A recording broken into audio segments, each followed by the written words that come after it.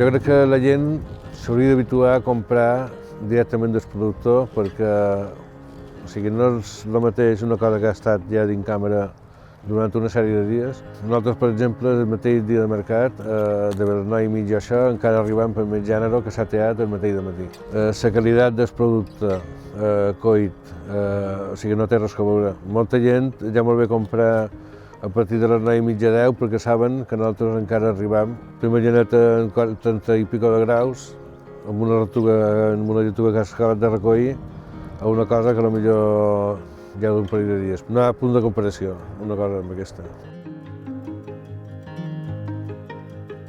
Tenim un negoci completament familiar, juntament amb la meva família, amb la meva dona, el meu fill i la seva parella. Tot això va arrencar en l'any 2009, cansats un poc d'anar al súper i carregar coses que estaven dins càmera i que no tenien gust de res. Vam començar fent un hortet en el terrat, amb més de 100 cossiols. D'aquí vam passar a una finca, en principi únicament per nosaltres, era una cosa per nosaltres, però el tema és que se va desbaratar un poc i vam anar a vendre al mercat de Santa Maria i va ser una cosa que molt va agradar i a més fem producció ecològica, malament no estigués encara certificada i vam tenir una resposta bastant bona davant la gent. Al final hem acabat fent feina a 3 finques amb un projecte de futur bastant bo per nosaltres i per estar cada vegada més en la terra, fent feina a la terra i aquí estem fent diferents mercats